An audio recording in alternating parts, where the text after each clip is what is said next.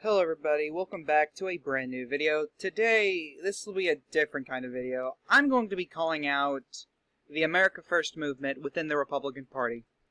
For months now, I feel as if this group are continuously going off track of what their original goal was, as well as many times where they have contradicted themselves to the point where it seems hypocritical. Now, throughout this video, I'm going to be calling out a few prominent members of this movement that has a pretty good presence here on YouTube, as well as some other notable politicians. Now, don't get me wrong, I have nothing against any of these people. I actually enjoy listening to some of their points, a lot more than people like LT and Political Forecast. I'm just going to be taking a passive-aggressive approach to this, and if you comment something that I believe is going too far, it will be taken down. Donald Trump was essentially the man that kick-started this movement, the reason why it's doing much better than their leftist counterparts, the progressives. But the things have changed since 2016. The 2016 campaign was amazing. It highlighted the path America was going and why it was the wrong path to take. Forced Republicans to appeal to the white working class and average Americans. Trump's rhetoric wasn't as bad back then. It's honestly gotten worse. Here I show you two pictures of Donald Trump. On the left is him before the 2016 election, and on the right is him before the 2020 election. It is clear that President Trump was stressed almost all of the time he wasn't holding a rally, as that is the only time it felt like Trump had nothing to worry about in a way. He looked happy to be on stage talking to his supporters. Throughout his presidency, he had the establishment telling him what to do, his family telling him what to do, the America First movement, who we'll get to in a second, telling him what to do. He had to deal with the media constantly attacking him. He had to deal with an impeachment trial where 3 House Democrats had voted against it. Which isn't much, but it still shows that there were opposition within the party that hates Donald Trump. He also had to deal with COVID-19, where no one knew what it was going to do. Trump decided to deal with the pandemic in the worst ways, which is the only time in his presidency that a mistake caused lasting damage. However, his 2020 campaign both looked and felt different. Trump's rhetoric was mostly the same at the time.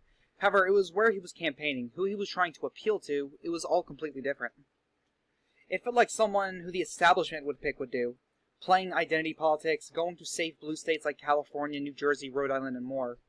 Then the 2020 election happened, and oh boy, the shit hit the fan. Donald Trump had to cry the election was stolen from him. Sounds familiar. Trump went on and tried to get the state's Secretary of State, his Attorney General, the governors, the Senate, the Supreme Court, everyone was seemingly being called on to, quote, stop the steal, unquote.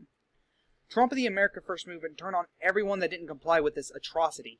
Brian Kemp, Doug Ducey, Amy Coney Barrett, all establishment now. But something has honestly been bothering me for a while. If you look back at President Trump's Stop the Steal rallies, he doesn't seem to be enjoying himself. He's hardly smiled, cracked any jokes. It was different. Now, I don't have any evidence to support this, but just by looking at Trump's face and body language, it seems he wasn't too confident about this whole election claim he was making. Now, it has been proven time and time again that Donald Trump is told to do things by advisors and corporations and so on. So maybe someone told Trump to overturn the election and bullied him into doing it. Now, I can completely be wrong. But I've seen many tweets similar to the one you're seeing on your screen here, talking about how Trump should go back to his 2016 roots. That's simply not what this movement wants. If they want 2016 Trump, they also want universal background checks, pro-LGBT legislation, healthcare that would cost billions to implement, more expensive infrastructure act. These are things that people in this movement have gone against for so many years at this point. Here are the differences between Trumpism and the America First movement. Donald Trump is pro-LGBT, supports a global campaign to end the criminalization of homosexuality, wants to extend the Civil Rights Act to apply to the LGBT community, and keep Obergefell v. Hodges. The America First movement wants to overturn Obergefell v. Hodges, limit same-sex marriage, and keep and strengthen traditional marriages. Donald Trump is fine with affirmative action, while America First wants to end affirmative action. Donald Trump doesn't know much about QAnon, however does agree with opposing pedophilia. The America First movement the majority of the America First movement supports everything within QAnon and believes it's true. The fourth thing, Donald Trump wants to protect human rights in Hong Kong. America First wants to ignore the issues going on in Hong Kong. Donald Trump supports foreign aid for allies that share the same interests. America First doesn't want foreign aid for anyone. Donald Trump supports universal background checks and supports gun controls that only involve solving mental health issues, while the America First movement does not want any sort of universal background checks or any gun control for any reason. Donald Trump doesn't want to cut Social Security, while America First wants it removed. Donald Trump supports a $2 trillion infrastructure plan. America First opposes a $2 trillion infrastructure plan. Our next topic will discuss the hypocrisy and who the America First movement chooses for these races. Recently, the Texas 6th special election runoff occurred. President Trump endorsed the widow of late Congressman Ron Wright, Susan Wright, and immediately the entire America First movement threw their support behind Wright. Let's take a look on what the two candidates are running off. First with Jake Ellzey. First, he wants to defend the Second Amendment. Quote, "I'm a proud gun owner and a lifetime member of the NRA. I spent 20 years of serving our nation abroad to keep American families safe, and the last thing I want is for them to be defenseless at home. The new administration and their leftist allies have already shown themselves time and time to be radically anti-gun. The way to stop crime is not by taking away our right to protect yourself. I oppose any and all federal legislation on the right to keep and bear arms. I will be a relentless and unapologetic defender of our Second Amendment." He wants to protect the right to life. Every life is a precious gift from God. As a father and a Christian, I 100% support the right to life as the first and most vital right. The current administration is stripping federal protections from unborn babies across this board, including the controversial Mexico City policy, which prohibited U.S. dollars from being used to fund abortions overseas. They've also made it clear they intend to attack the Hyde Amendment, which has blocked federal Medicaid funding for abortion since 1976. We need strong representation in Washington that will stand for the right to life and stand against attacks on the unborn and all innocent life in our nation. He wants to secure our border. Biden and his dangerous open border policies have created one of the worst humanitarian crises in our nation's history. There can be no solution to the generations-long problem of illegal immigration without a completely secure border. We must complete the wall and gain complete control over who enters our country to stop human trafficking, put an end to drug violence, and keep our families safe. Protect private property rights. Your property is just that, yours. Washington sometimes forget that. As your next congressman, I will stand for the rights of Texans to keep, manage, and use their own property. Pet projects like the proposed high-speed rail are made by out-of-touch politicians who have forgotten whose land it really is. We must remind Washington that what's not theirs is not theirs. Stop job-killing regulations. With the current administration threatening draconian protections, we need someone who will stand up for us and our families, fight families against the Washington cronies. Many regulations are touted as environmental or workers' protections or cover for big businesses and special interests looking to get an edge in the market. We must stop the job-killing red tape that hurts small businesses while helping special interests. Get government out of the way of job growth and let our economies thrive. Improve and protect public education. Our schools should be places to equip the next generation of leaders, not run social experiments on our children. As a father with 2 children in public school, I'm committed to making sure our public schools are strong and as well equipped to tackle the tough jobs of teaching our kids. Here in Texas, we have some of the best teachers in the world, and I want to see them supported and given the resources. They need to help our kids succeed. We must stop the efforts at forcing teachers to comply with the radical indoctrination and get the focus back on education. I am completely behind our teachers, students, and parents, and I am running for Congress to work for them in Washington. Help our economy recover. Our economy was booming under President Trump, and we can't let the new administration sabotage that in the name of their liberal agenda. We must stand for the free market and stand against efforts to impose socialism. We must let businesses get back to business without government interference and allow honest Americans to make an honest living. We must stop apologizing for American excellence, instead encourage export and trade of American goods to bolster the global economy. A rising tide lifts all ships, and a strong economy is good for Americans as well as our global partners. Stand up for veterans and police. Those who service us at home and abroad deserve our support, and I have nothing but respect for those who choose to dedicate their lives to service in uniform. I was honored to work alongside many fine men and women over my 20 years in the Navy, and I have never forgotten what it takes to make the decision to serve. The personal, physical, and other sacrifices that must be made in order to serve in our law enforcement and armed forces can't be summed up. Whether they serve behind a badge or with an F-22 in Afghanistan, those who put their lives on the line to defend us are owed a debt of gratitude we can never repay. I will always stand with our military veterans. first responders and law enforcement, and I will stand against any and all attacks against them. Cut taxes. Anyone who has ever run a business or even balanced a household checkbook knows this simple rule. Don't spend more than you have. It's time for Americans stopped footing the bill for Washington's tax and spend policies. We need to prioritize cutting wasteful spending and stopping tax increases. For too long, Washington has passed bloated budgets and gotten away with it. We need to make Washington spend less instead of charging taxpayers more. Stand for election integrity. Elections are the cornerstone of our republic and the liberty of our nation. Texas has some of the most secure elections in the world, but even one case of voter fraud is one too many, and other states have not held themselves to our standard of excellence. I will stand against voter fraud and efforts to subvert the sanctity of our electoral process. This is not a partisan issue. This is a common sense issue. Our voters must be cast, collected, and counted in a way that is 100% secure and accurate. Finally, he stands with Israel. Israel has been our strongest supporter and constant ally in the fight against terrorism. As a trade, defense, and global partner, Israel has strengthened American interests on all fronts.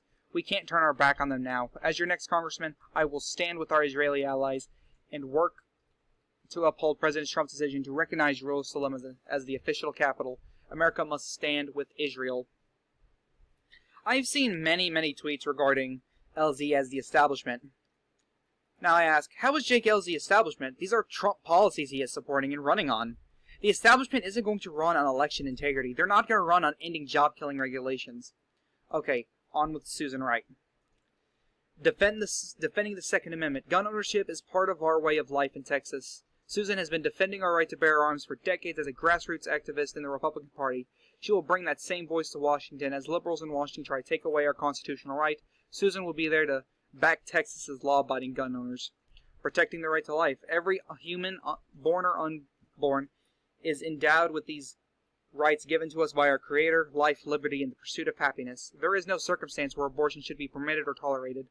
Susan believes that all life is sacred, and one of her most profound duties as a member of Congress would be to protect the unborn. Securing the border and fixing broken immigration system. Our nation's immigration system is broken. What Americans are seeing at our southern border right now is a humanitarian crisis. Susan will fight to continue the Trump administration's commitment to finishing the wall, ensure our ICE officers and other law enforcement officers have adequate resources, and rescind the Biden administration's executive orders encouraging illegal immigration and mass amnesty. Susan understands the importance of enforcing our laws and securing our border to keep our communities safe. Cutting taxes and spending. As a member of Congress, Susan will fight to reduce the size of government and keep Washington bureaucrats out of the lives of Texans. Susan will work to cut spending by reducing waste and bureaucracy, balancing the budget, codifying the Trump tax codes, and working to ensure our grandchildren will not pay the price for our nation's fiscal mistakes. As chairwoman of the Community Development Council for the City of Fort Worth, Susan was constantly working across the aisle to craft a budget for council approval. It's time Republicans and Democrats get serious about our nation's $28 trillion debt and the federal government's reckless spending. Ensuring election integrity. When it comes to election integrity, Susan believes that every voice should be heard, every legal vote should be verified, and every law should be followed. While serving as Tarrant County elections judge and elections clerk, Susan oversaw elections in her precinct and made sure the laws, rules, and regulations were being followed. As a member of Congress, Susan will support all states' efforts to eliminate voter fraud and enforce their election laws, leaving the federal government out of the process altogether. Supporting our law enforcement. For the past year, our brave law enforcement officers have been under attack from radical politicians in Washington. Enough is enough. Susan will fight any effort to, quote, defund the police, unquote. She will ensure our officers have the resources they need to keep our communities safe. Creating jobs and growing the economy. In Congress, Susan will promote a pro-growth, pro-worker, pro-family agenda that puts American workers and small businesses back in the driver's seat. Susan will work to remove red tape and roll back burdensome regulation that make it harder for businesses to succeed, building on the Trump tax cuts and bring manufacturing jobs back to the United States from overseas. Improving our education system. Susan believes that every American, regardless of their zip code, deserves a high-quality education. In Congress, Susan will fight to give Texas families the option to choose the education that best fits the needs of their children, and believes that education policy should be left to the states and local governments, not Washington bureaucrats.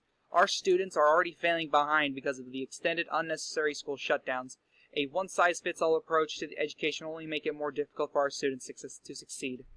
And finally, supporting our veterans and a strong national defense. The men and women of our armed forces risk their lives to defend our freedom, and without their sacrifice, we would not be able to enjoy our American way of life. In Washington, Susan will work to rebuild our military and strengthen our national defense. Our men and women in uniform deserve adequate resources and funding to stay safe and succeed on the battlefield. Susan will also work to fix our broken VA system and provide care to 184,000 veterans that call North Texas home. As you can see, there isn't much of a difference, but there is a couple glaring differences, actually. Susan Wright supports cuts in spending, something both Trump and the America First movement oppose. Though Trump and the America First movement actually support increased spending and as well large government.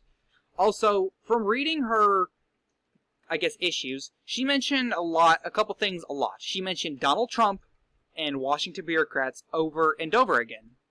While Jack Elzy, yes, he mentioned the term radical a couple times, actually didn't make that much of a focus on it. Susan Wright clearly is doing her best to do minimum campaigning while still touting Trump's endorsement, which is what she did. Minimum campaigning while attacking Jake Elzy as, quote, the establishment when he clearly isn't. In a political article, it was revealed Trump never wanted to make an endorsement in this race, but an organization called Club for Growth continued to push Trump to endorse Wright. In a very aggressive manner, actually. The head of the organization, David McIntosh, was anti-Trump up until very recently and started pushing for Trump to endorse his preferred candidates. Now, why would someone who was anti-Trump at one point want Donald Trump to endorse their preferred candidates, I wonder? Next, we go to the 2022 Georgia Senate race. Donald Trump has endorsed Herschel Walker for the nomination. And again, the America First movement have pushed for Walker as the best candidate. Now, if you pay attention to any America First YouTuber, Red Lion, Vince Dowd, Red Eagle, they'll all say it. They will say that they need politicians who will put America first and will have America First policy to introduce. On Twitter, I made a statement that Herschel Walker was a terrible candidate. Someone said I was wrong, and then I said I asked them what Herschel Walker brings to the table policy-wise. They said nothing. He was just a based football player, and they wanted him in the Senate. So it seems like the only reason why they want Herschel Walker is because A, Trump is backing him, B, he is black, or C, they think he will be a loyal vote, which all of those reasons are hypocritical to what they have been praising for many years. Because if you remember correctly, Red Eagle was pushing for Peter Meyer to be in the House, he would be America First, then he voted to impeach Donald Trump. Remember this. Next, the America First movement is supporting New Hampshire Governor Chris Sununu for the New Hampshire Senate seat. Chris Sununu has both been historically both pro-choice and pro-LGBT. He will vote more to the left than most senators. Once again, why does this movement support Chris Sununu for this seat when he isn't politically aligned with your movement? The reason is because these people are power hungry and will do and say anything to obtain power, and then will cry fraud and rigged whenever they lose their power. These people despise democracy and even want it replaced with a monarchy. What you're seeing is a tweet response to someone asking how anyone gets freedom from a monarchy. And this person claims China has more freedoms than people here in the United States. Don't worry, the person managed to dunk on this person shortly after. Who remembers when the America First movement mocked the left for the riots, as well as claiming elections were rigged, amongst other things? Who remembers that? Because I sure as hell do. That's all they would talk about. Apparently, they forgot all about this when the 2020 election came around, as they started screaming fraud and inciting riots at the Capitol building. These are typical politicians who will not help this country and will only push us farther and farther apart. This movement is essentially the right-winged version of the socialist wing of the Democrat Party. They want total control, supporting authoritarianism policies. These people complain how polarized the U.S. is, yet do nothing to correct this polarization. Now, I'm expected to be called every name in the book, a rhino, establishment, maybe even some gay slurs. I'm expecting all of it. I'm gonna be honest, I only made this video because of one tweet that really made me make the decision to call out this movement. Red Eagle tweeted about Ron DeSantis and how he wasn't America First after he claimed he was America First. Remember this. And I said, look, I like you, Red Eagle, but you've got to stop supporting or labeling people as America First, then go back and say they are a part of the establishment. You did it with Ducey, Kemp, Crenshaw, Vance, Craig, Cox, Noam, Sandoval, etc. Besides Trump, you might be the most influential person in the America First movement. It's really hard for me to understand how one minute someone is, quote, America First, end quote, then the next they are part of the establishment. Is it wrong for these people to do something you don't agree with? I mean, if that's the case, why are you supporting Chris Sununu for Senate? He is both pro-choice and pro-LGBT, something President Trump used to be, though some people still consider him pro-LGBT, but I'll leave that up for personal belief. So what's next? Is Tucker Carlson going to be establishment? Who else are you going to backtrack and call establishment? Josh Hawley, Alex Jones, Alex Skarlatos? Before the 2020 election, this movement was fiscally and socially moderate and disavowed the conspiracy theory wing of the Republican Party. Now y'all took a very hard turn to the far right, especially on social issues, and are even propping up people like Marjorie Taylor Greene to the front of the party. You, President Trump, the entire America First movement need to be called out for this. Figure out what you are and why you need to replace the establishment as the majority in this party. Realize that Trump's moderate policies was popular, but his far-right rhetoric costed them the election. Once the Arizona audit is over, and if it shows no fraud, admit Joe Biden is a legitimate president, and then get suitable moderate populists who will put America first into House seats, Senate seats, state legislations, governor seats, and the presidencies. These moderates will help win in the West, the Southwest, and the Northeast. I promise you. Also, sorry for this long rant, felt as if it was needed. And then he replied with this. Now, does it sound like I was talking about Red Eagle supporting Donald Trump over Ron DeSantis? No, I really don't care who he supports. That is his decision, not mine, and I'm not going to change who he supports over the other. That's his choice. I don't care. It was about how this movement was going to die if they didn't make the corrected decisions. The America First movement, the current one, will die a lot sooner than people realize if they don't get their act together. Mark my words. But that was the video, guys. I hope you enjoyed this video. This is the chaotic one, and yes, Donald Trump is this movement's puppet. They want Donald Trump to push farther to the right, and if it does, don't think Trump will win the election. Anyway, guys, this is the chaotic one. I hope you enjoyed. Peace.